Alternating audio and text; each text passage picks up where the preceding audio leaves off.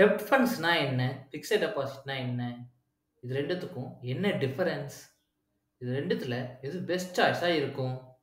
இத பத்தி தெரிஞ்சுக்க, நம்ம எக்ஸ்பர்ட் மிஸ்டர் ஜிதேந்தர் நம்மள கைட் பண்ண இருக்காரு. ஜிதேந்தர், நீங்க டேக் ஓவர் பண்ணலாம். Debt fund with fixed deposits.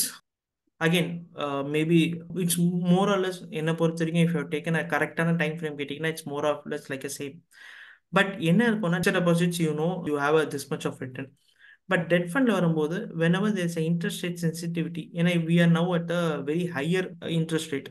For example இப்போ ஃபர்தர் எல்லாரும் இன்ட்ரெஸ்ட் ரேட் கட்ஸை பற்றி பேசுகிறாங்க but again it should if not immediately happen also it could happen in any longer point time frame.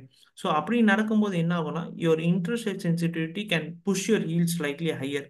So அந்த இடத்துல வரும்போது then I think that could help your debt funds. But now taxation பாயிண்ட்ல ஆகட்டும் இல்லை most of the பாயிண்ட்ஸ்ல ஆகட்டும் it remains same. So முன்னாடி வந்து more than 3 years இருக்கும்போது we had a indexation benefit. Now it is not there for debt funds. But any funds that is having 35% equity, that is having an indexation benefit. And today we are also slightly repositioned some of our hybrid schemes in a way to get a equity taxation but to have a similar type of getting a debt fund return.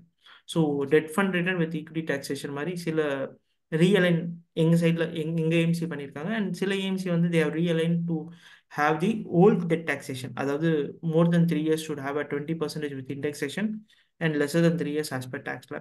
So when we keep more than 3 years வைக்கும்போது normally you fall in equity taxation which we have realigned, or you will realign with the indexation taxation which is done with the other EMC.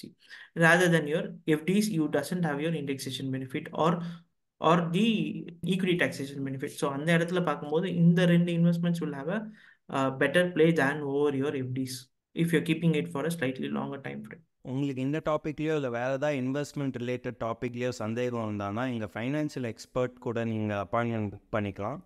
இந்த அப்பாயின்மெண்ட்கான link வந்து டிஸ்கிரிப்ஷன்லேயே கொடுத்துருப்பாங்க. உங்களுக்கு ஃபைனான்ஸை பற்றி தெரியணும் இல்லை இன்வெஸ்ட்மெண்ட்டை பற்றி இன்னும் நல்லா தெரியணும்னா நீங்கள் இங்கே லைவ் வெபினாரை ஜாயின் பண்ணிக்கலாம். வெபினாருக்கான லிங்க்கும் டிஸ்கிரிப்ஷன்லேயே கொடுத்துருப்பாங்க. இந்த வெபினார் வந்து அப்சல்யூட்லி ஃப்ரீ. இன்னொன்று, உங்களுக்கு இந்த வீடியோ பிடிச்சிருந்தா லைக் பண்ணுங்கள், உங்கள் சர்க்கிளில் ஷேர் பண்ணுங்கள், மறக்காமல் சப்ஸ்கிரைப் மட்டும் பண்ணிடுங்க.